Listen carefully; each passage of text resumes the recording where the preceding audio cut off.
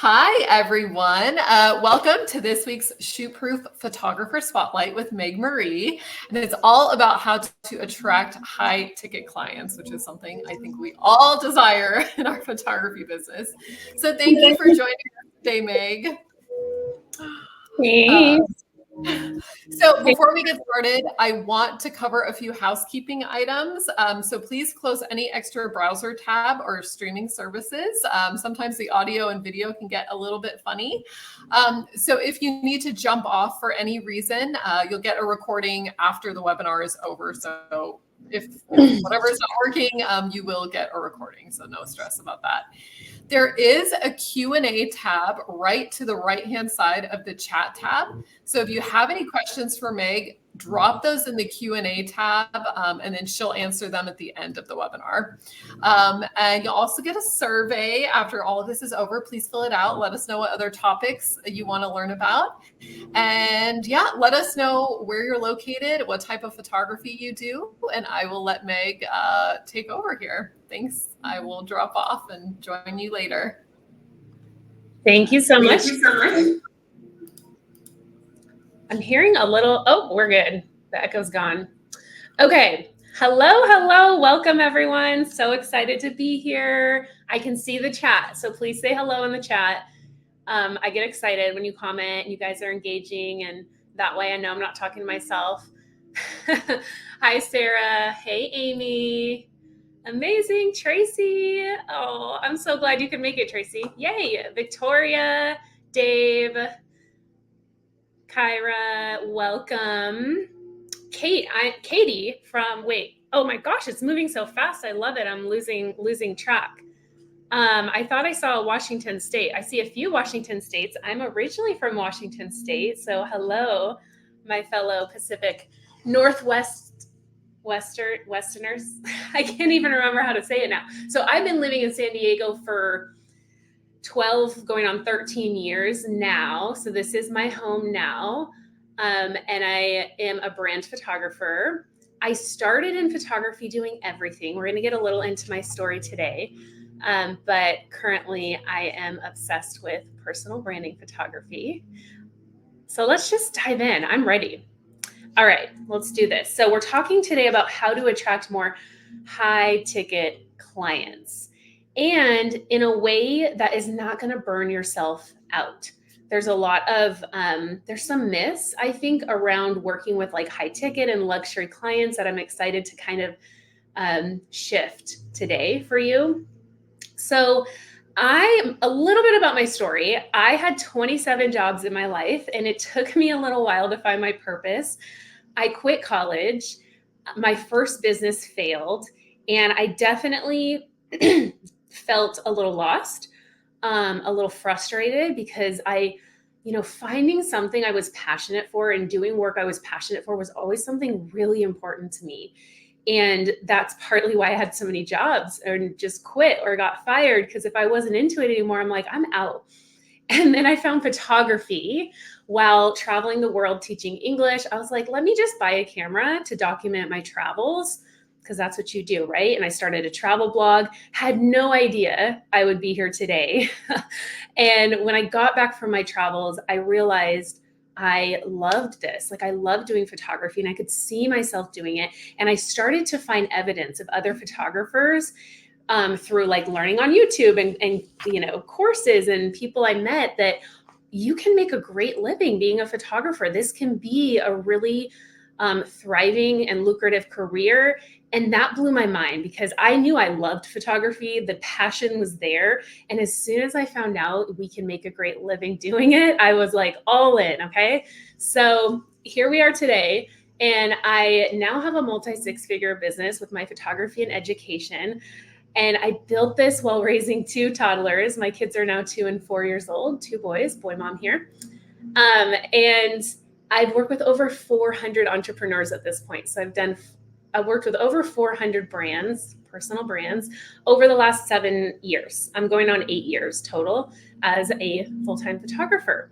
So today I want to talk about how we get from, just starting our business to being booked up, to then working with ideal dream clients, and in a balanced way. Like having that work-life balance became really important to me. So the first year I hit 6 figures in my business, I was elated because that's a huge milestone for business owners, as we all know. And I was so happy, but I did 111 photo shoot days that year, like 111 days I was out shooting, and I started to get burned out. And I had like a full year of burnout where it really hit me that like, this is not sustainable to keep doing this many photo shoots to hit my goal salary and number. So I slowly raised my prices. And I mean, slow is relative. Some might feel like I did it pretty fast, through refining my client experience and everything I'm going to talk about with you in here today, because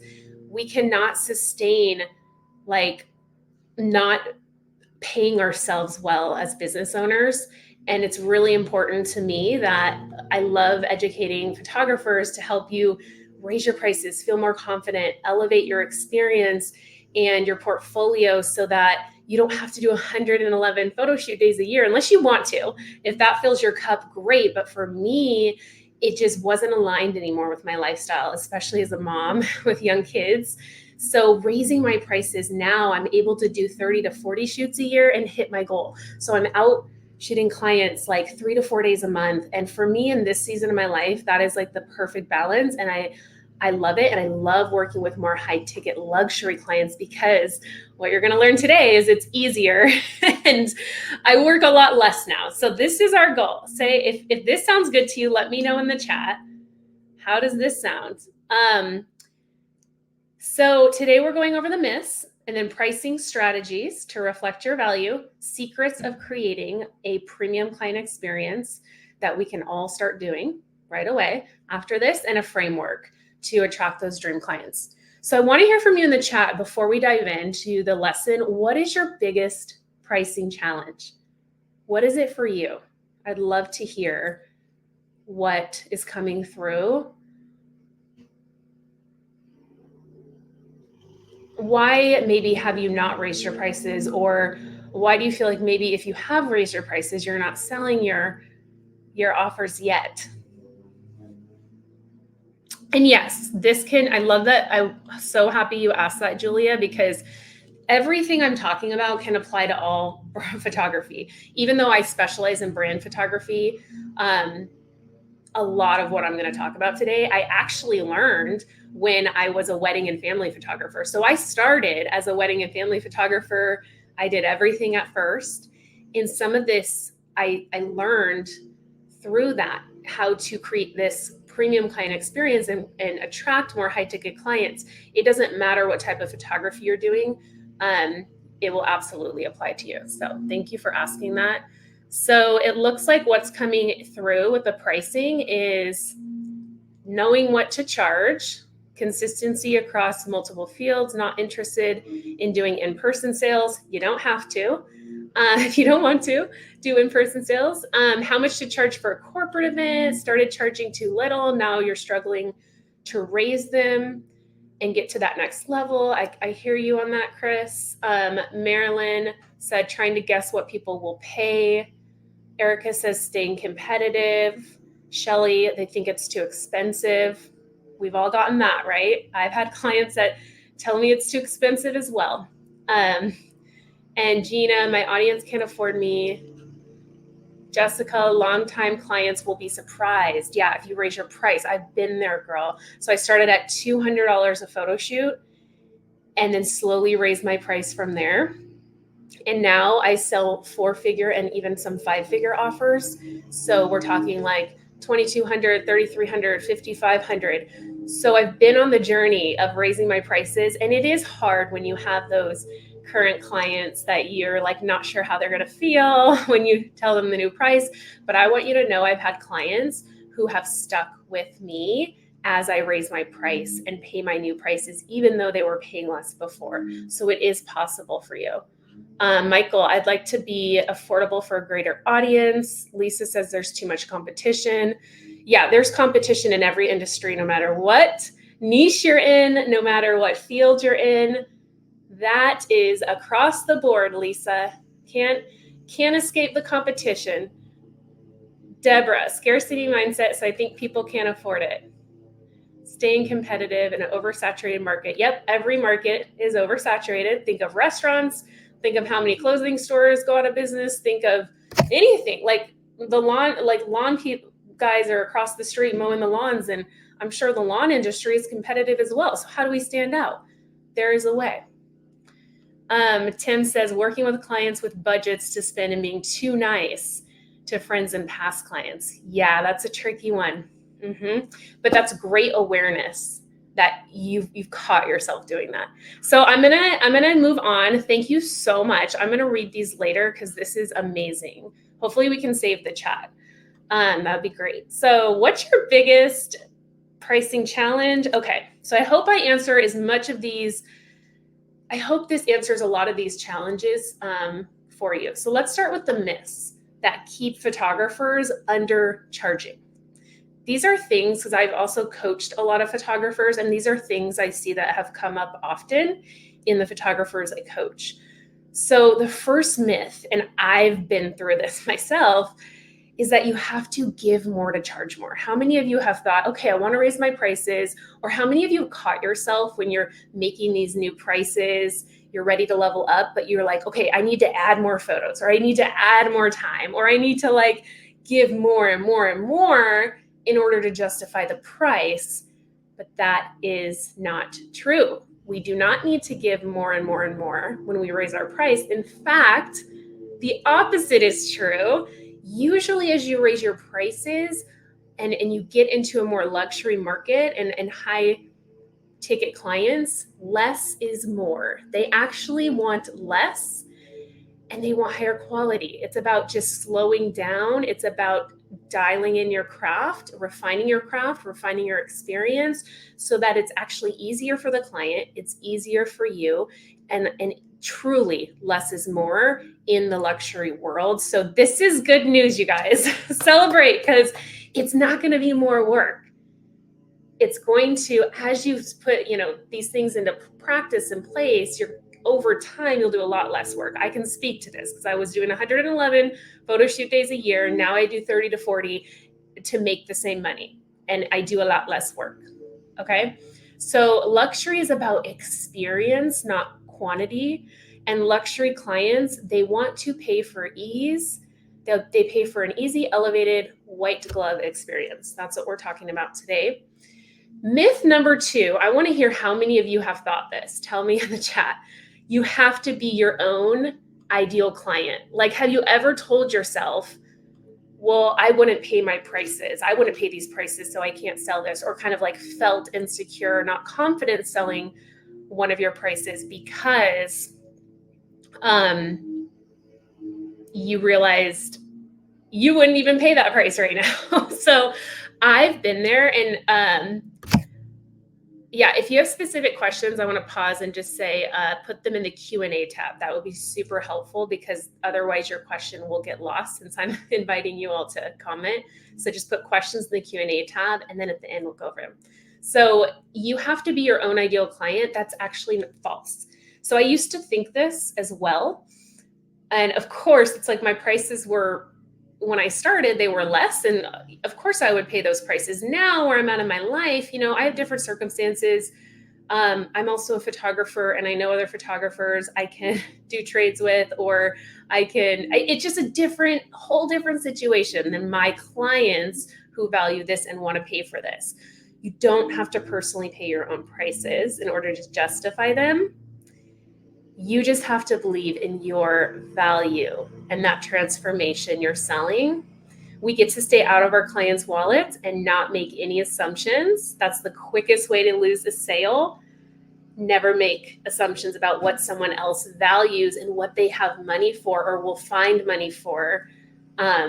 Super important, because I see a lot of photographers prejudging clients and making these assumptions and then like pitching them their lowest offer because they assume this person, for whatever reason, I don't know where you get the assumption, but you think that they can't afford this, and then you don't even offer it. If you don't offer it and they really wanted that, you're not going to sell it, right? So myth number 3, a $500 price means you get paid $500. How many of you have thought this? I remember the beginning of my career. I remember when I raised my price from like 200, 250 to 490. It was 490, about 500, and feeling like, whoa, this is incredible. I can't believe I just sold a $500 offer. Wow. And I just remember that feeling of like, I did this. This is so cool. I get to make money doing what I love, $500. But guess what? As business owners, we quickly learn after tax season and after, expenses that we don't keep 500, right? So typically we're going to, keep around 50%, just very rough estimate of what we charge. So you have to price for profit, meaning if you want to take home $500, you need to charge $1,000. And as soon as you can shift into this more business owner mindset and get out and remember that this is a business and start charging and selling like a business and not just like a hobby photographer, or this is just like a side hustle. As soon as you shift more into that mindset, that's going to help you a lot with raising your prices already and charging more premium, because you're going to understand what you need to make to stay in business and keep, supporting your clients well. So I wanted to give one bonus myth, which is, because I see this a lot too, I have to discount to sell my offers. I see this happening. And if you're discounting a lot and doing a sale every month, every other month, to be honest, it cheapens your brand. And it's going to be harder to sell your premium offers if you're doing a discount a lot, because honestly, your audience is going to be like, oh, they always do discount. I'm going to wait for her next discount. And you become a discount brand instead of like, this is the price. I'm sticking by it. And I feel very confident in this price. And I would love, this is perfect for you. And I'd love to support you. And it doesn't mean that you can never, I do discounts, you guys. I do specials and discounts for my photography, probably like 2 or 3 times a year.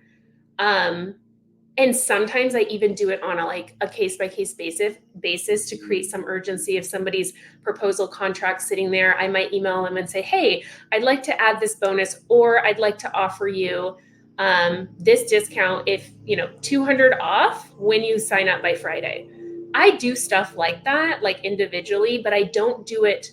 It's like a balance, right? I'm not saying you never can, but just be careful with discounting too much. If you want to position yourself as like a luxury high ticket brand. Our clients are so happy to pay full price. You do not have to give them a discount. There are clients that want to pay your full price, that don't want a discount. I had a client the other day who tipped me. It was so sweet. She bought extra photos and she tipped me. And that doesn't happen often, but she tipped me on her invoice. And I was like, oh my gosh, I feel so, this is amazing. And because she saw the value and she wanted to do that, she wanted to pay me more money than I asked for. And so we can, people are out there like that. I promise you, people are out there, but it starts with you and your mindset and believing it to attract it. So let's get into strategies, pricing, because I know pricing is, I couldn't talk about selling high ticket without talking about pricing because they're so related, right? So pricing that reflects your value, your true artistic value. And I say that because I know we all consider ourselves artists, creatives at heart. That's why we got into photography and fell in love in the first place. And while this is a business and we have to be strategic, we also need to think like, I know you guys, have you heard of like, I'm sure you've heard this story. So I always think of the Picasso napkin story. So Picasso was sitting in a bar and a man walked in and he sits down, orders a drink. He looks over to his right and like is like a little bit in shock because he's like, Picasso, is that you? And he's like, oh yeah, it's me. And when Picasso was actually one of those artists who was famous while he was alive, and he did really well selling his paintings actually while he was alive, and was abundant and wealthy while he was alive, not just after he died. Obviously, yeah. Anyways, his value went up after he died, but value of his art. But so this guy says, Picasso, will you draw me something? Will you draw me something? And he's like, yeah, I'll draw you something. And so he takes the napkin at the bar and he takes about 30 seconds, draws like on the napkin and hands it to the man and says, "That'll be $1 million." And the man says, "What? $1 million? That just took you 30 seconds to draw." And Picasso looks at the man and he says, "No, that took me 20 years of experience to draw, or that took me a lifetime of experience to draw." And so we get to look at our own value that way as photographers. It's so much more than the amount of photos we give, than the time we're giving, how many outfits or how many prints they get included in their package. You guys, it's bigger than this. And a lot of photographers are making their pricing based on these little things your client doesn't care about, especially high ticket clients. What they care about is the experience, is the transformation, is the feeling that you give them. Why do people pay millions of dollars for a Picasso painting when somebody else could paint it, or AI could create the same painting, for like $10 probably, I don't know, $20. And why? Why? It's because of perceived value. It's because of the way that having a Picasso painting makes them feel. And you get to create this in your own unique way, with your own brand, with your own energy, with the clients you're meant to support in the world. You can create this too. So step one is elevating your brand, your personal brand, as well as just your overall brand. When people go to your website, when they go to your Instagram, when they look at your pricing guides, when they get that proposal, does it look nice? Are you just telling them to Venmo you? Or do you have like a nice way to send the proposal, like ShootProof, with your branding in there, your logos? Is it cohesive across like all platforms with your website and marketing? So that's important. And it's important for the client experience, but it's more important for us as the entrepreneur and the person selling ourselves and our brand.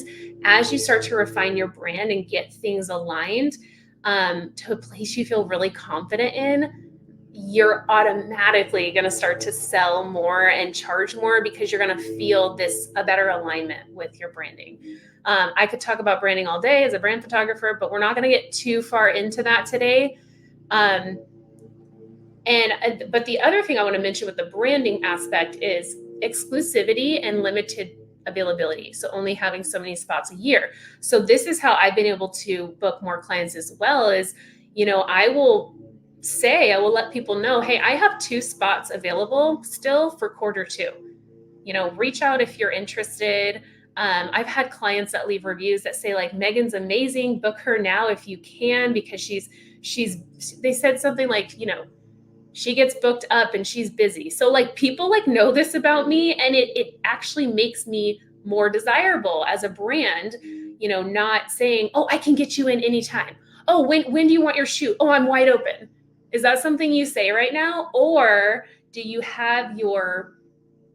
know your numbers in terms of what is your ideal clients per month, so you can speak from that more empowered place of, I have 2 spots available still this month, and creating that kind of exclusivity. So, or more urgency to work with you now.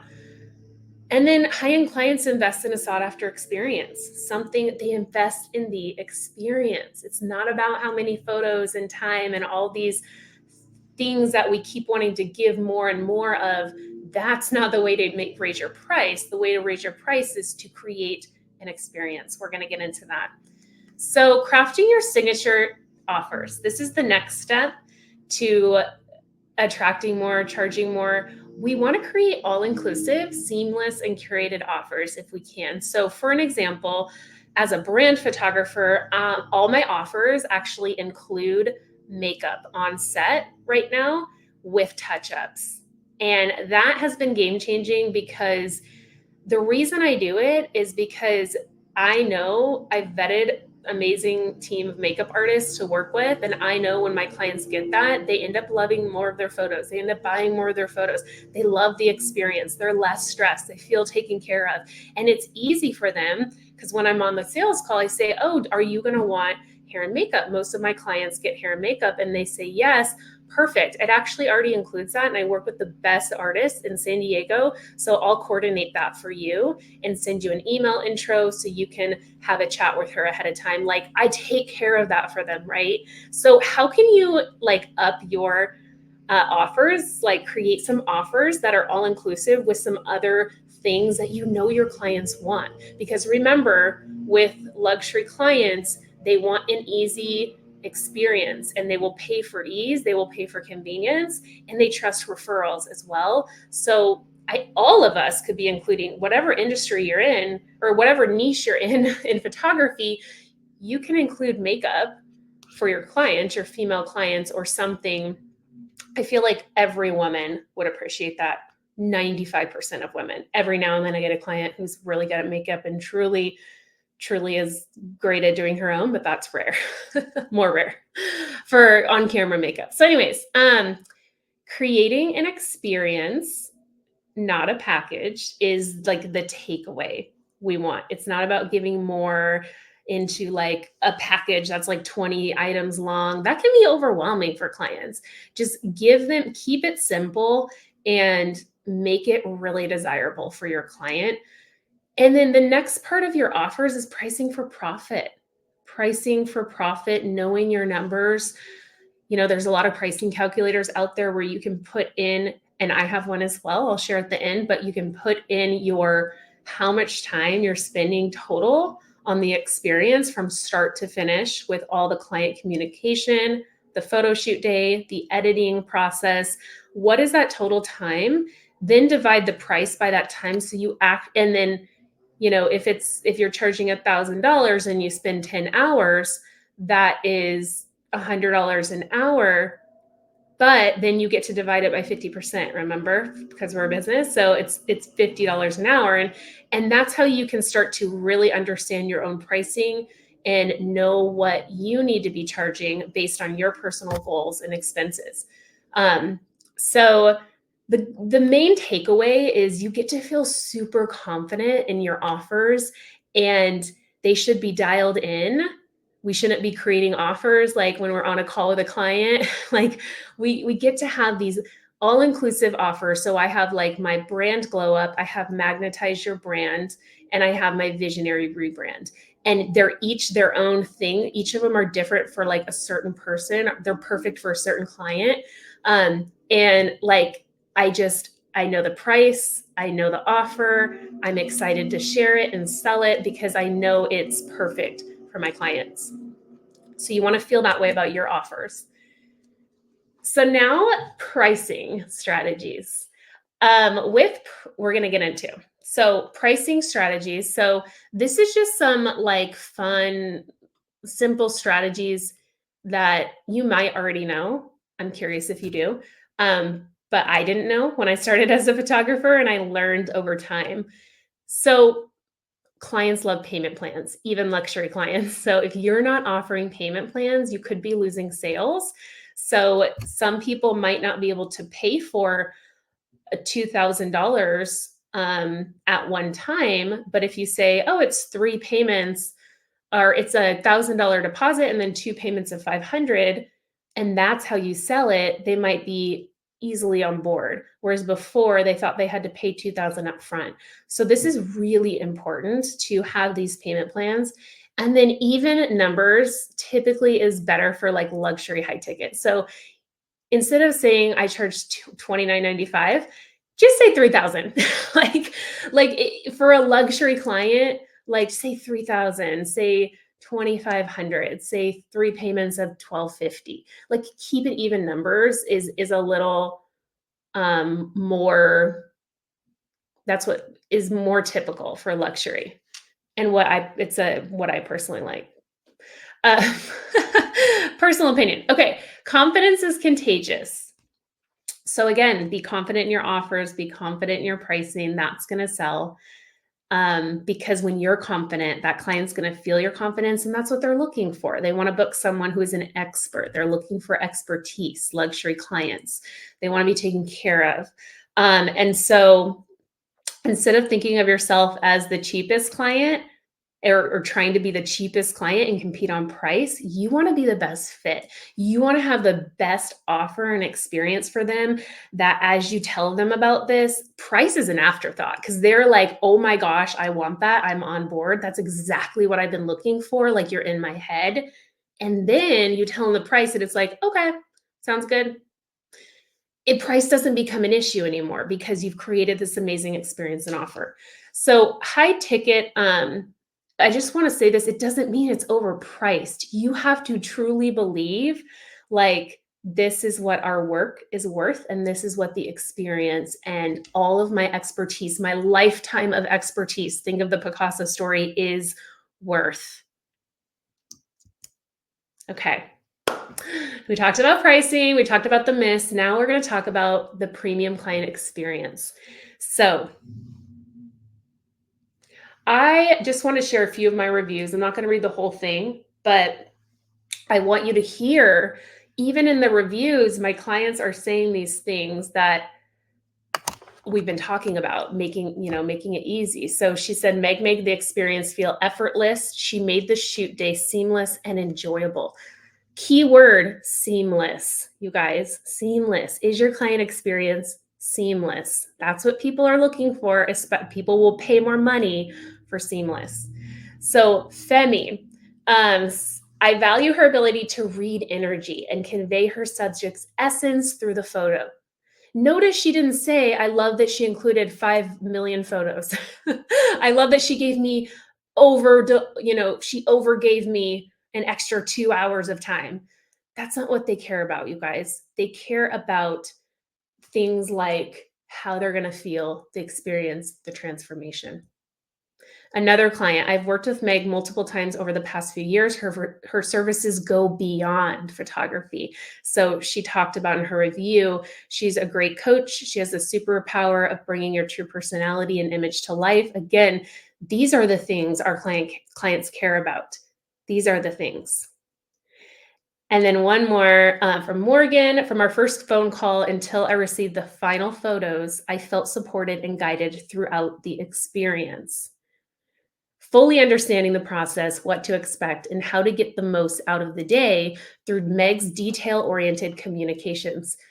This is what matters. And I think sometimes we're focusing on the wrong thing as photographers, editing, and not that editing isn't important, but editing, how many photos, what is this photographer over here charging in my city? Maybe I should charge that. Stop doing that. Like, you're wasting your time. Focus on what your client, like creating this incredible like transformation and experience for your clients, and have fun doing it. And you will start to make more money. Absolutely. Okay. So let's talk about this white glove experience we're here to create for our clients. It's about personalizing it to their needs. So I'll give you an example of how I just did this week with my client. She's actually a photographer and educator. We did a brand shoot for her. And she had mentioned last week on her photo shoot that she had a launch coming up this week. And so I knew she would want the new photos because she hadn't got photos for years of herself. She was very nervous to get on camera. It's just been a long time. She really needed new photos. She doesn't love the photos she, is using right now to promote this stuff. So I texted her a voice note yesterday and I said, hey, I just sent your gallery over. I'm so excited. If you can get me your proofs, I was like, I know you have a launch this week. And so if you can get me your favorite photos by tomorrow morning, I have time on Thursday afternoon blocked off to do some editing for you, and I can do a quick 24-hour turnaround time since I know you have that launch. And she was so happy, and she's like, okay, amazing, I'll get you the photos. It's like, I don't do that with every client, you guys. I only do that if I truly have the time, and I do this week. But normally my editing time is 3 weeks. But like in this situation, I was like, you know what? I have the time to just get it done sooner than later. And this would be like, she'll appreciate this so much. Like, how amazing will that be that I took that extra mile just for her and did something that I knew she would appreciate as the client. So like, if you can do this with your clients, and it can be little things. If your client says, I love coffee, on your discovery call with them, you find out, or you find out they love matcha lattes. And on the morning of the photo shoot or on your way, you say, hey, I can't wait to meet you. I'm going to pick up a matcha latte for you on the way. Like, give me your order. It could be like simple things that make a huge difference in like them just becoming raving fans for life and referring you to everyone they know. So the next big piece of this is seamless communication. Seamless. So you want to just anticipate any of their needs ahead of time and like have it in your welcome guide, have it in the emails, very clear timelines of like when they get the photos, when you might want to do a planning call with them. My clients know the planning call takes place 4 to 6 weeks before the photo shoot for branding. Like, I'm very clear about everything, and that's what clients are looking for, so they don't have to guess. They're already nervous enough, you guys, to get on camera. Think about it. Like, they want to just feel supported and feel seen. So it really, really helps to set up some of that. And you can automate this, like with things like emails, like ShootProof has email templates in there. I could not run my business without them, that are just ready to go. So you can automate this. You can send it a lot easier. You don't have to like type a new email for every client. You should have like automations that make it easy. Be the creative director. So this is important to like go the extra mile. Like, can you have a wardrobe guide? How many of you already do this? I know some of you do this. Do you have a welcome guide, a wardrobe guide? Do you maybe do you have some amazing referrals partners that you trust, like for hair and makeup? Or like for me as a brand photographer, my clients are always asking about brand design. So I have amazing designers and website people I really trust that I can refer them to, who I feel 1,000% confident they're going to crush it with their website design. And guess what? As soon as they do, that elevates me and my brand because I referred them and they had an amazing experience with that person. So this is things that you can start doing now. You can start building your team of referrals and let other people's like brands elevate your brand and the experience for your client. Like, you don't have to do it all. You just have to know the right people.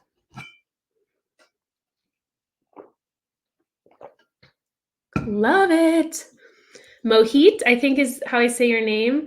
I offer styling or suggest a stylist. That's incredible. See, it's as simple as that. Like, even if you don't offer it, suggesting and referring somebody who's amazing at that. Because sometimes this is like our clients' objections. Like, they're not booking the shoot because they don't feel confident in doing wardrobe and how they look right now. But if they had somebody to help them with that, they would be on board, right? And then this one is so important, and I feel like a lot of new photographers overlook this, but high touch delivery. Beautifully packaged galleries, beautifully packaged guides, and sending a thank you to them. These little details matter. So think about it. Receiving a Dropbox folder with your images. It's fine. It's okay. I'm still happy and I'm excited about the photos.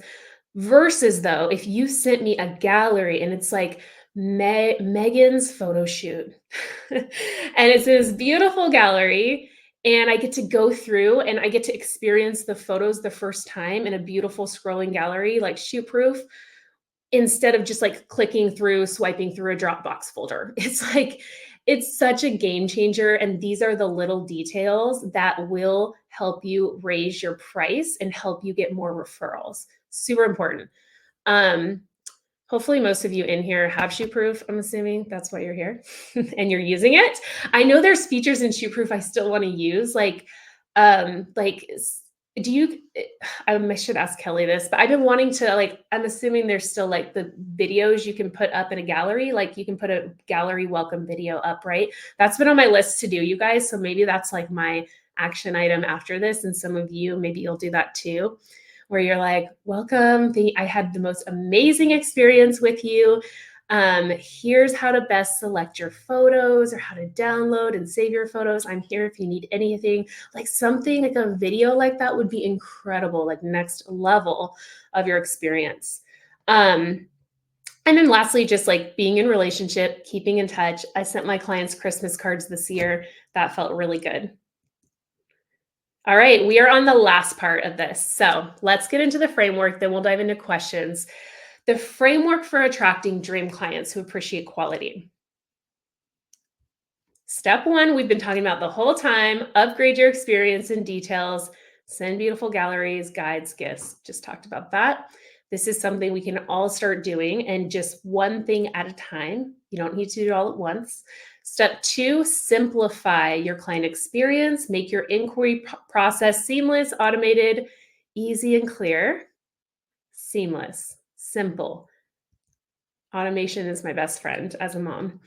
And it's how I run my business, my photography business with my clients now on 10 hours a week, because I have so many things automated, email templates for things, all of it.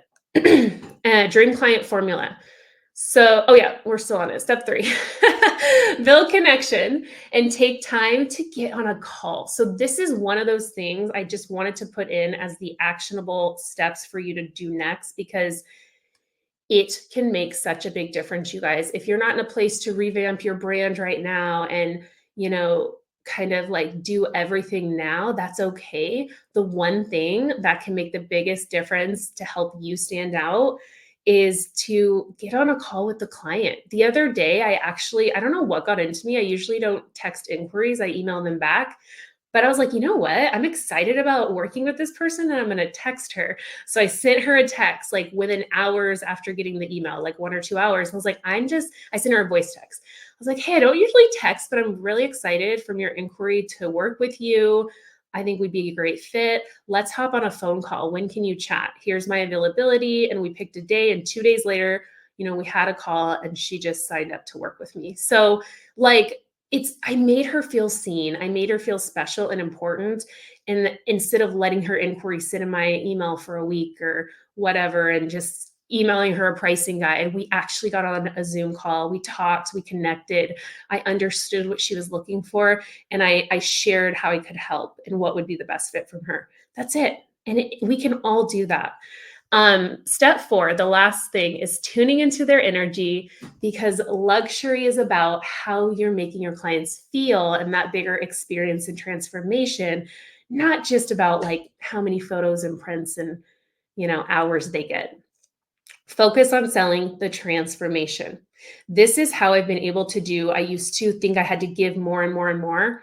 And I did full day brand shoots and I would overgive like hundreds of photos, and we would do like 5 locations and it'd be like an 8-hour shoot. And now I charge the same price for a 2-hour photo shoot, and they get 30 to 50 images instead of 300. And guess what? They're happy to pay it because I'm focusing on more quality experience, transformation, and how they're feeling. And they usually buy more photos later because they loved all the photos, but I'm not over giving anymore. Okay.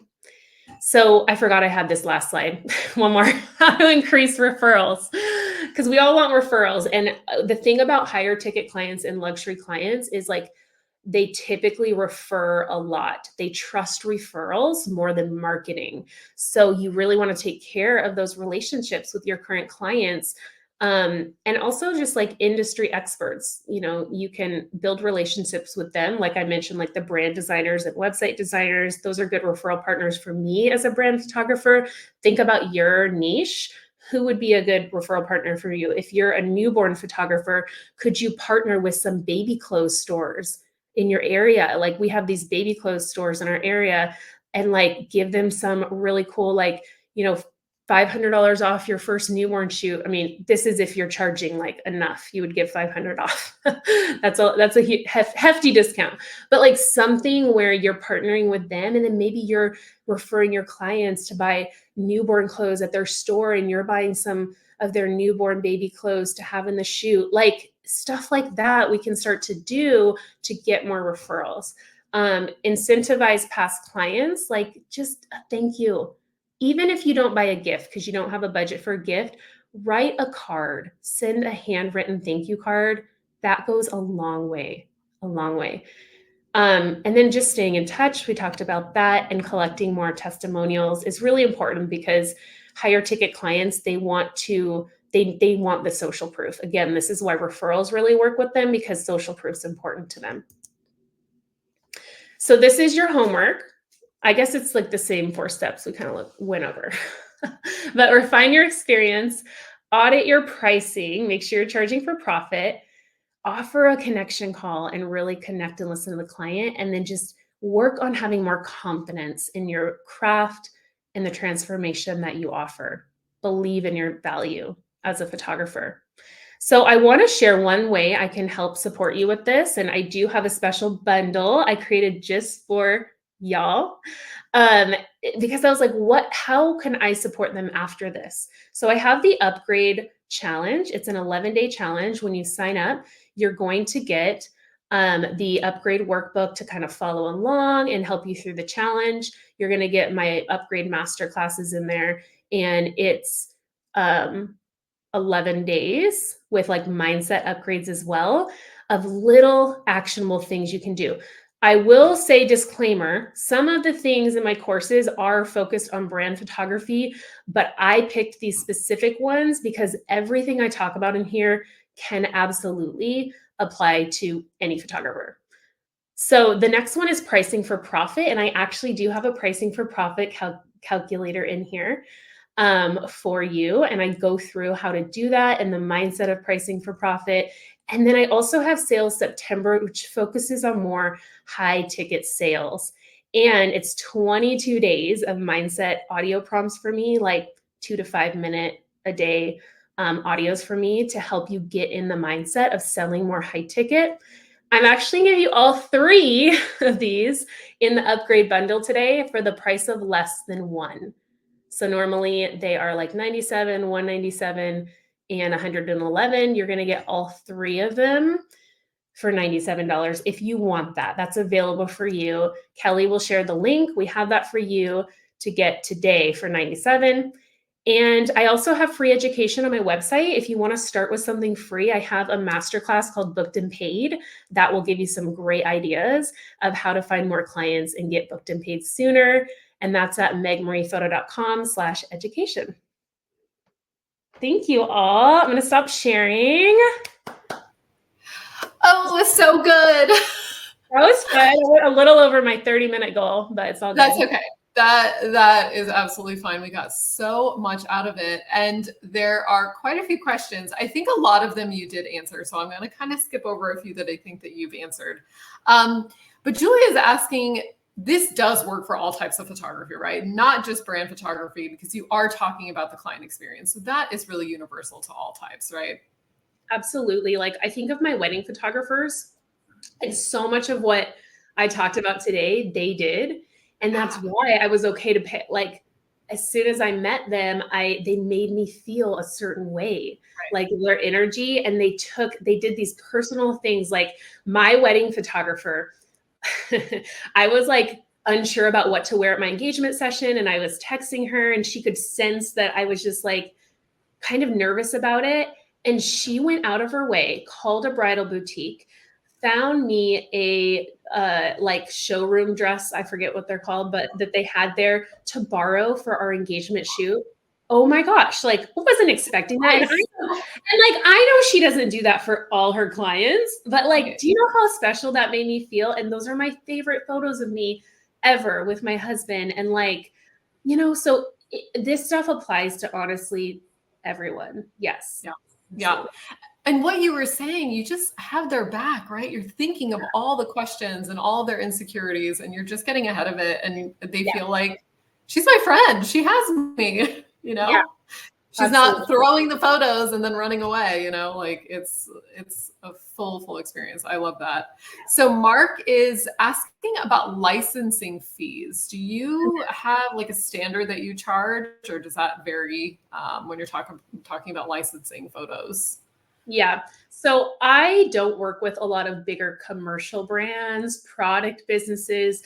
For me, I'm personally, I really focus on personal brand photography. So it's like the solopreneur like us.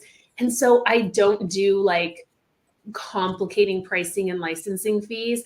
I just include, like, I just do a one-time price for everything to keep it really simple for my clients who is just like a solopreneur.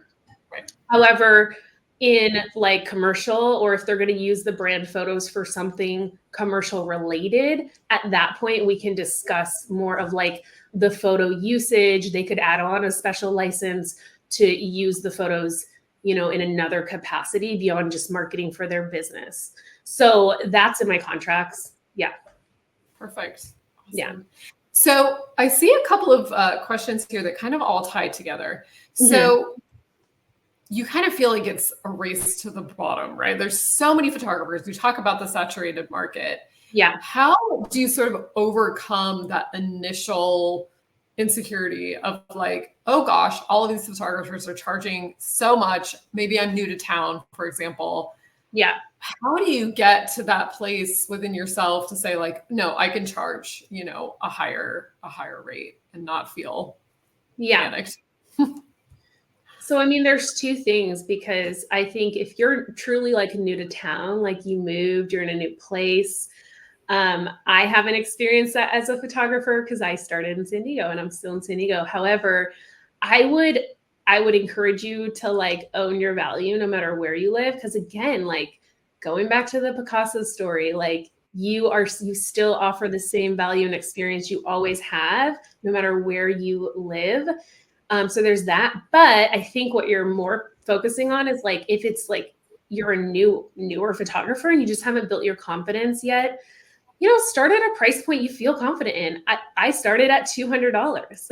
And after a couple clients, I went to $350. And after a few more clients, I went to $490. And that sold well. My clients were happy. Then I went to $750, $990, $1250, $1550. And I'm not saying you have to do it that slow, I guess. But at the time, I look back and I'm happy with how I charged myself because it felt good at the time and I was confident to sell that pricing at the time. And if you are focusing more on, again, like the client experience and how you're making your clients feel and making them feel special and taken care of, you're going to start to get referrals like crazy. You're going to get booked and busy fast. So as you start getting more booked and you're booked out a little ways, that's a sign to raise your price. You'll know when it's time. Yeah, that's a good tip. So do you get more referrals from word of mouth or like SEO, Google, that type of thing? So currently it's different every year. When I first started, I was doing no SEO. So in the first few years of my business, it was all referrals, going to events where my ideal clients were at. That's really important to connect with people in person. I think when you build that relationship in person, it can happen a little faster than, and this is it for sure has happened faster for me from people I meet in person at events versus just like Instagram or finding them on social media. I've gotten the clients that way too, but sometimes it can just take a little longer. So if you're new, like get out there, get in front of more ideal clients, you know, ask for referrals, treat every client like they are a luxury client. This could have been actually a tip I included because that's what I did from the start. Even though I was charging $200, $350, like $500 a shoot, I was literally treating them, getting them gifts, going above and beyond. Like I was building my client experience from the start. ShootProof was my first investment, like my first software ever in my business. So I remember like I would send them from the very beginning. I sent a beautiful gallery. Like I treated them like I showed up like I already had the $5,000 client. Like show up like you have the $5,000 client and soon you will, you know? Yeah. Did I answer? So true. I love it. Yeah, because we get in our heads so much, right? And like assume like you said, well, people can afford and can't, but if you just treat them like they can, you never know what'll show up in your bank account. Mm-hmm. How do you approach sessions with like families and friends? Do you give a discount? Do you feel that obligation to like do it for free? I think a lot of people struggle with that because, you know, once you have a relationship with someone, you feel a bit guilty maybe charging higher prices. So how do you approach it? So I actually have had, the reason I got into branding photography is because I actually have a lot of business owner friends in my circle and network, and my first clients were my friends. I still charged them and they were happy to pay. Yeah, I still charge my friends. Like I do, because, you know, they get it though as well, because they're business owners. So I think that part's a little different. I think what I do now, I am very niched, and this is how another, you know, way you can start to charge more as you start to really become an expert in one area, and you're not maybe doing everything anymore. That helps, because I'm so niche. Whenever I get inquiries for family, maternity, weddings, I still get them, but I just kindly say, hey, thank you so much for thinking of me. I don't do family sessions, but I know some incredible family photographers I'm going to refer you to. And I refer them. That's one thing. And then, like, I'm just trying to think, like, I don't get people asking for free brand shoots, because I think they just get it because they're business owners. But I know other types of photography, like, and occasionally I will give a free shoot. Like, I would rather give, if I feel like it, a free shoot to a family member than like a discount right now. But I don't do it often. Like, I'm talking like once a year, maybe I'll give a free shoot to like my friend, because I want to, and it feels really good. Like, it's a full body yes. So you have to tune in for, like, does this feel really good to give free, or am I like, like, if you like are like, okay, I can do it for half off for you, and then if you feel icky about that and you're kind of annoyed by it, don't do it. First sign. Don't do it again. Then you know next time, just share the price, or maybe have a built-in, like, you know what, your family and friends get 20% off. Done. Take the emotion out of it. Yeah, like that's what I would do if you want to. Yeah, that's a good idea. Yeah, it's different when you offer versus when they ask. Like, if you're offering from your heart, that's one thing, but if somebody's asking for it, that's tough. Yeah, that full body yes, like you said. So how do you deal with objections when you know it might be an ideal client, but they're having a hard time maybe getting over the price? Do you have something that you go to kind of get them to buy in, or do you just kind of give them the space and let them decide? Yeah, I don't do any pressure sales. I'm not into that. I had a 7-year career in sales before this. So I've been in sales total now like 15 years because I was a personal trainer and I had to sell every client I got. I had to earn every hour. I never got like a salary. And I learned high pressure sales in there, but it felt icky, you know, like pushing. I don't do that. So what I do is I start with my higher offer. If it's truly the right like fit for them, and I'm like, this would actually be amazing for what you want, I start there first. Then if they have a price objection, then if it's still a good fit, like one of my lower priced offers, then I will work down from there. And I say, well, what if we just start with the brand glow up for now, you know, and we do 3 outfits instead of 6 to get you started. That's still going to be, you know, so helpful for you. And maybe then that's a yes. Right. Or I have my Luxe mini session days. Yeah. I've seen those on Instagram. I was like, when I'm in San Diego, I'm going to call you up. That's another offer. So this is help too, is having multiple ways they can work with me, but it's the same experience, just a different price point. Exactly.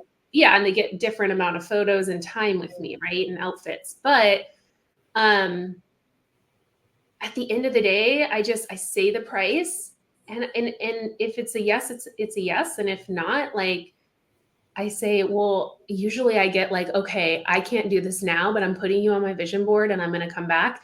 And a lot of times they do. I've had clients come back later, like when they can't afford it and when they are ready. And sometimes it's quick, like within a couple months, they're like, you know what, I'm ready now. They make it happen. Yeah. Awesome.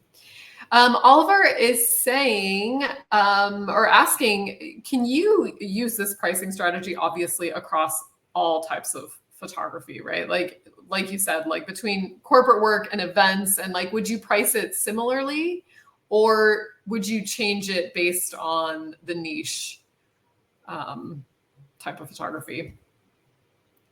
Yeah, I mean, some of the strategies you can use, like how I mentioned, like I like to pitch the payment plan. I would do that no matter if it's an event or no matter if it's a package, a collection. But it's so different, like an event versus like a newborn session or a like Right. fitness session or a brand session, Right. because I sell the experience and transformation. Yeah. So when I'm selling and sharing that, or how it's kind of packaged on like the actual invoice or my pricing guide, it will look different if it's an event versus like a branding session. But if it's an event, I'm selling that transformation of the event. So for events, for example, I usually do a half day or full day rate because that has worked easy with people doing events. They get it. They're like, oh, I want you for half the day. That should be enough. Or I want you for the full day. Or I do like a multiple day price. So like it should make sense for what the transformation is and for what that Okay. client wants. Yeah. So So you're really sticking to the experience overall. It's yeah, that makes sense. Yeah. Okay, Janet is asking, when you raise your prices, do you suggest letting people know or you just do it? I've done both. That's Yeah. a great question. So in the beginning, I felt like I had to let people know. I was, love my clients, and I just felt I was a little more nervous to raise my prices in the beginning. So there was a couple times where when it was like a bigger jump, I kind of like announced it on email and social media, like, hey, my price will be increasing at the beginning of the year in a few months now. And I gave them one more opportunity to get my current price. So I was like, now's the time to pre-book for next year, and then I remember writing this, like, here's why my price is increasing. And it was like 5 reasons why, so I can offer you better service. But it was all in like service of them.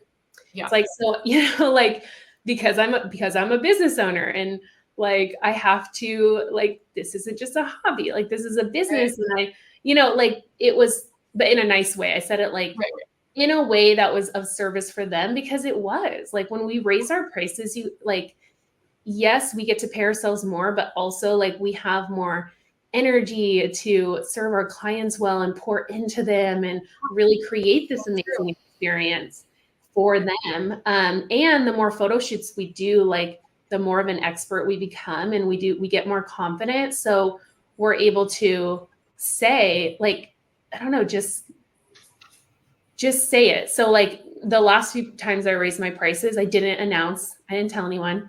I just did it. And then when I send it to clients who come back and they're like, hey, I want to book my next shoot with you, I say, great, let me send you my current rates and let me know if you have any questions. And I do have a built-in like 10% discount for return clients. So like you could do something like that, like a client loyalty program, so that as your price is raising, they get like a little perk to keep working with you, or just to show them that you appreciate them coming back. Yeah.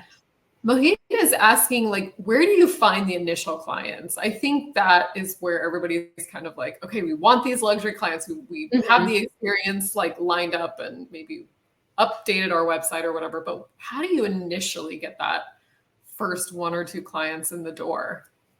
Yeah. So it can come from anywhere. Like, I think sometimes we get stuck in our head and we make these assumptions that luxury means a certain thing.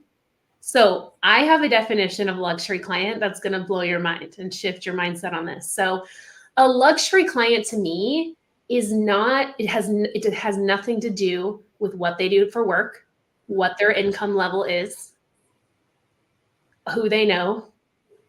A luxury client to me is someone who really values and wants what you offer. And that could be someone that doesn't make a lot of money, but they want those newborn photos. I don't know why I'm thinking of newborns, because I'm a mom. I don't know. But like, also because I've invested in newborn photography, like high-end newborn photography, because I want that, and even though I'm a photographer and I could try to take my photos of the kids, like, no, I wanted to invest in this. And look, we didn't have a lot of money when my son was born in terms of like savings, and we're renting a 2-bedroom apartment. But I found a way to have those newborn photos with somebody I really trusted and knew in the industry, trusted with my baby, you know? Wow. And I found Yeah. a way. So like, that's the first thing is stop making assumptions about where these luxury clients are, who it is, because Right. We're all at the country club. it's not a country club, you guys. I know. have clients that, and like I have a couple clients who are wealthy. They got some nice, they have a nice house in San Diego and they're doing good. And like I think of one of them, she found me on Instagram. And what really and like what really did it for her, and now she's actually booked, gosh, at least 7 shoots with me. And she's Wow. referred me to probably, I'm not exaggerating, 15 people. Wow. So, but you know what? She found me on Instagram somehow, don't know how. And then guess what I did? I got on the phone with her and we had an amazing call for like an hour. I just got to know her and like hear her story. She was a brand new business owner, brand new. Like, so she just wanted to invest in great photography right from the start because that was something she valued. Yeah, it's like they can come from anywhere. It could be, yeah, I don't know. Just don't make assumptions. Yeah, don't make assumptions. And it's funny, I'm into like finance and learning about that. And a lot of people are like, you know, you can budget or like be frugal with so many different things, but maybe there's 2 things that you love. And maybe that's photography and like travel. And you do not spend money on anything else, but you do on the things that you value. So that is such a good reminder that like, you don't know who is like, you know, lurking around that's willing to pay. So that's a good but reminder. again, treat every client like I told you from the beginning. That $200 client, I bought her gifts. We spent 5 hours together. I bought her champagne at the end. We had the best time. I posted her on social media and said, look at my client. She's amazing. And I tagged her and I was like, sent her a voice note. Thank you for that. Like I treated her. I gave the same experience we've been talking about today to every client. In the beginning, even when I wasn't charging luxury. And that's what led to all the referrals and more clients and my brand really becoming a well-known brand in my area, a well-known, like trusted brand in my area. Yeah. Oh, I love it. Melissa's asking, do you use anything other than ShootProof for your automations? I use ShootProof and I use HoneyBook for some of my automations for client stuff. Email. What else do I use? I have a lot I automate. My brain is like not thinking right now. Who hosts your website? Do you use Show It? Yeah, I love Show It too. It's really so Show It. I have like so Show It does my website. HoneyBook, ShootProof. I always say like if I couldn't live without like ShootProof, HoneyBook, Canva. I love Canva for like marketing design stuff. But there's a lot we can automate. Like I use a tool called Zapier. Do you guys know Zapier? And Zapier takes leads that come through my contact form of HoneyBook and automatically adds them to my email list in Flowdesk and tags them with leads. Just anybody who fills out the contact form is going to my email marketing list. So little things like that we can totally automate and just makes our life easier. It sure does.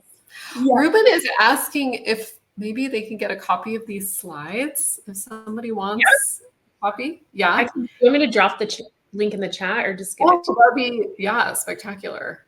We can do that. Okay. Let's keep going. My slides. These questions. How many photos do you typically include in your packages? So when I started, again, I was in more of that mindset of I need to give more and overgive. And I would include 100 photos in my like main brand offer. And I would always overgive and give them like 200, 250. Now in my offers, my mini session day, they get 10. My brand glow up, they get 30 to 50. Sometimes I give people the bonus 50 just as a little bonus. So they get 50. And then in my like full day, more premium offer, they get 100 included. Okay. And are you still soft proofing, or do Yeah. you just, you are? Okay. Yeah, So so you'll send a big gallery. Yeah. And like, there was so much I could have talked about today, but this is another like way you can elevate your experience. So I send all my clients, like I call them and I get it down to, let's say like 300 photos, and I send them the gallery of 300 photos and a proof gallery and ShootProof, so they can go through and select their favorites and star their favorites. And I think this has really made me stand out, because I didn't used to do that. I would just pick what I thought were the best photos for the client and like pick the They 50. never, yeah, they always pick different photos, right? Like, Yeah. And so what happened was, one day after my photo shoot, we finished at this gorgeous hotel, and I was like, let's have a drink. Let's have a margarita together, have dinner. And we're sitting there, and I opened my computer and I'm like, I just want to look at some of your photos. So I popped in the memory card and we're looking through. And as we're looking through, she's pointing to photos of herself that she loves. And in my mind, I'm like, you would have gotten rid of that them. photo? Right? Like, yeah, you would have called that right out. I pulled it out. I was like, Shoot. in my mind, I'm just baffled. Like, why does she pick that over that? But who knows? Like, and so this is why I do the proof galleries for them, because then they get to select their favorites. And oftentimes they'll love a lot of photos and they'll buy more photos. Yeah. Mm-hmm. So I'm going to do a soft proofing webinar in a few weeks. I don't know, Karen, are you there? Can we drop the link to that? Because it has changed my life with my clients. Yeah. So much less work, right? Like they pick the ones that they like, rather than over delivering all the ones that you've edited and spent hours and hours editing. Okay. I won't edit them when I send that proof gallery. So like I might do a light edit if the exposure was like really off, or something, or the white balance is really off. Right. Yeah. Very quick edit for some of them, but most of the photos in there, they're just right out of camera. Like, and they're not edited. And I explain that in the ShootProof, like my gallery template that I send out, my proof gallery email template that goes out with it, explains that they're not edited yet, and kind of gives them some direction on how to pick. Right. That's so helpful. Okay. Do you use a questionnaire when you're talking to your clients to make sure you're asking all the right questions? Yes. You must. Whatever photography you do, I think this fits for all photography, that we want to understand our client's vision. And if they have anything specific they want or are expecting from the photo shoot, we want to talk about that ahead of time, before, like well ahead of time before the shoot, so that we can, customize it for them. Right. So do you have a storefront, a studio? Do you do all your editing yourself? I don't have a studio. I typically, like almost all my brand sessions, we're renting either a studio or like a Pure Space, which is like the Airbnb for photo shoots. So people rent their beautiful houses out by the hour. You can look up Pure Space in your city, and most cities have some now. But for editing, I do most of my editing, but when I'm I do have an editor I lean on more in like busy seasons that I outsource to. Okay. Yeah. Love that.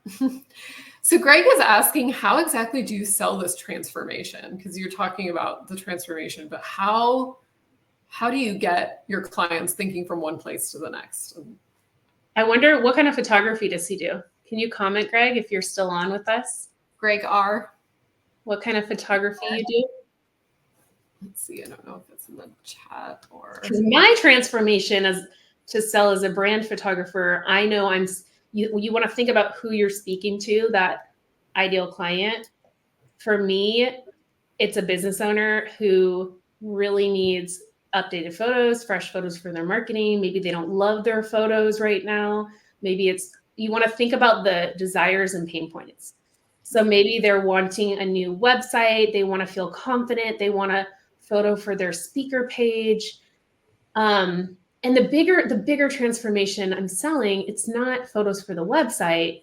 That's like an external desire they have. The internal desires they really have is like feeling confident, as the face of their brands, feeling confident to show up and raise their prices as a business owner, feeling confident to put themselves out there and sell, and maybe saving time on social media because they're not hunting for photos. So time is a big one.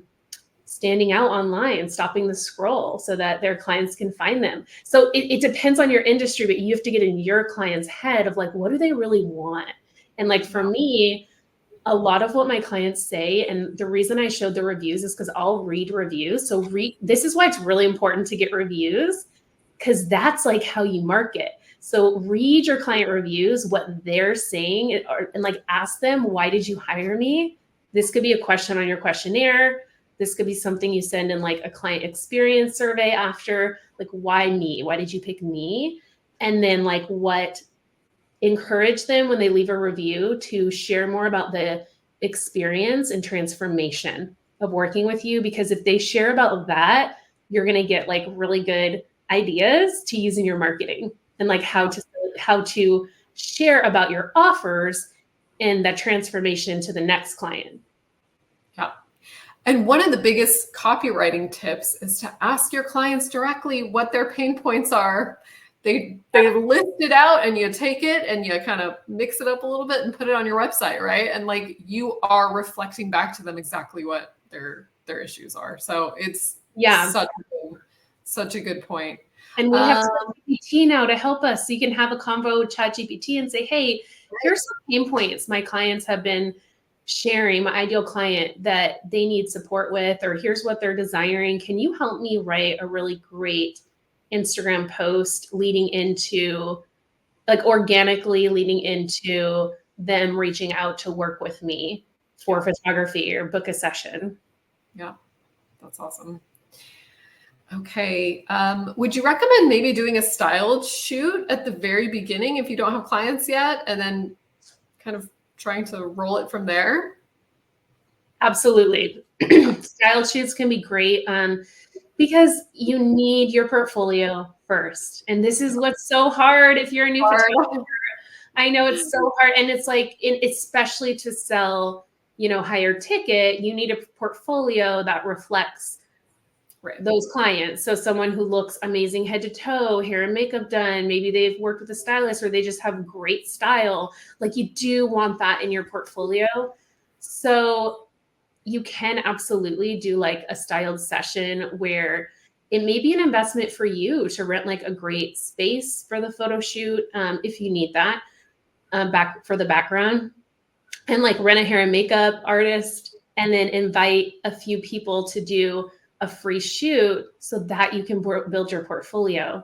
And then obviously like be strategic with who you pick, someone with good style or someone who represents your ideal client. For me, when I've done this, I'm looking for like a business owner who actually shows up and posts on social media and who will tag me so to get that exposure. And I know they're going to use the photos too. Or you can also go to like a portfolio building retreat. So in your industry, a lot of photographers host workshops where they're bringing in models or real people to photograph. I have one in San Diego coming up at the end of March for branding photographers. So if you're a brand photographer, check it, go or reach out to me in a DM. And if you want more info about the retreat, because I've already curated amazing location, the models, hair and makeup. So, and we're practicing lighting. So photographers are going to show up and walk away with this amazing personal branding portfolio. So they have these workshops for any type of photography, and that it can, I will say this, like, I don't love when styled shoots are with like models, because I feel like it's kind of obvious versus like a real couple or a real person. So try to find one with like real people. That would be my only like advice with that, if you're going to do the workshop. That's a good point. Yeah. Let's see. Michelle's asking, there's not a way that they steal proofs now, because we actually have AI watermarks. I don't know if you know this, Meg, but like we've created AI watermarks. So hopefully if you're doing a proofing gallery, Do you watermark your images? Use them? Yeah, I do. I do watermark them in the proof gallery, and I watermark them in my final gallery. And the gallery downloading presets and ShootProof make this really easy. So basically, I watermark the final gallery because I don't want clients to take a screenshot and post. Have you guys ever had a client? Oh my Don't let a God. client take a screenshot and post, and you can tell it like, Yeah. oh, the quality sometimes just doesn't look good. Versus downloading the proper file and then posting it like the proper. That is genius. So you make them take the step of actually downloading. I do. You've heard it here first. Yeah, and then So in my final gallery template in ShootProof, it explains like, hey, as soon as you download the photo, right. the watermark will be removed. Yeah. So I explain that, and it's cool because ShootProof automatically does it, and there's no way I could do that otherwise if I didn't have ShootProof. And people don't know until you explain it to them that it's not going to look as good, and you're paying real good money for beautiful photos and you want them to be clean, crisp, sharp. Yeah. Good point. Kevin is asking, when starting out, is ShootProof enough to kind of cover your needs for delivering images and emails and stuff? Yeah, that's why it was the first one I invested in, and I still use it, is because you have your galleries, an amazing gallery and delivery experience for the client, and then you can do contracts, you can do invoicing, you can do emails and templates.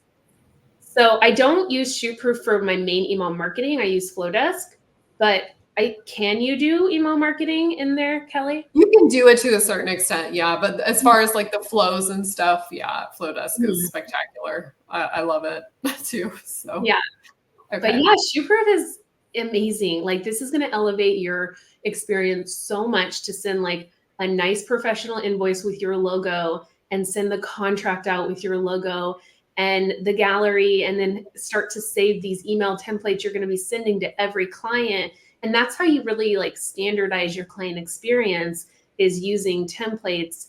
So it's important, and it's a must. It's like a must to have as a photographer. We agree. I agree. Yeah. How many of your clients purchase prints and products? Are you upselling a lot? In brand photography, we sell no products because everybody wants, it's in my work, they want digital files for online, but I do sell extra photos. So probably about 30-ish, like 30% of my clients will buy extra photos after the photo shoot. It's probably a little higher than that. It's like erring on the side of, like for a mini session day, it's usually almost everybody buys extra photos. Okay. So that's pretty good. All right, I think we're gonna wrap it up since we're coming up on an hour and a half. Can you? Oh my gosh, that flew by. It did. Can you drop your slide deck link one more time in the chat, just so everyone can get a hold of that? Loading it. And then I'm going to drop your Instagram in the chat as well, because it's so fun to watch what you're up to with all of your brand shoots. I love it. Let's see. What are my slides called again? Let's see. Oh yeah. I'm wondering if I can just download, like drop the PDF in there. Let's see. Yeah, that works too. Or actually, if you want, you can send it to me and you guys can reach out to me, kelly@shootproof.com. If you don't get it here, I can send you an email after if you want to do that instead. I just lost. Oh, there you are. I was like, where'd you go? Okay, I'm going to attempt to drag it in. Okay. I don't think we can attach PDFs, can we? No, I don't. Just a link, it looks like, for now. Okay, yeah, definitely. I'll write my email here, kelly@shootproof.com. Meg will send slides. I can do a link though too. Hold on. I just got awesome. Share.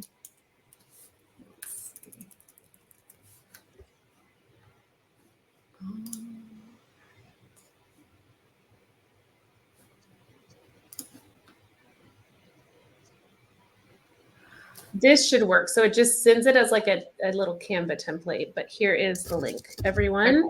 Can anyone let me know if that works? Can you try it? Try it really See quick. if it opens and lets you, because then you can just open it in Canva and download it as a PDF. I think it requires access. It's asking if I could request access. Interesting. But maybe you'll get that. But the link should work.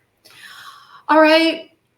Oh yeah, it says you don't have permission to view. Maybe you just have to change the settings really quick. Public view link. Ah, Canva has, I've never used this before. Sorry guys, here we go. Public view link. Assuming this should work. Let's try it. From how they're branding it. Public view link. Anybody can Yep. open it. Perfect. It works. Wonderful. Thank you so much for joining us. Like every time, we're always blown away by all the good info. So we'll definitely have you back soon. Yeah, I'd love to hear if this was helpful for you all. Send me a DM on Instagram and just say hello. Let me know what was most helpful. And I'll probably follow you back. Bye. Oh gosh, bye guys. Sorry, I cut out there for a minute. Thank you all for joining us, and hopefully we'll see you at another webinar soon. Bye. Bye.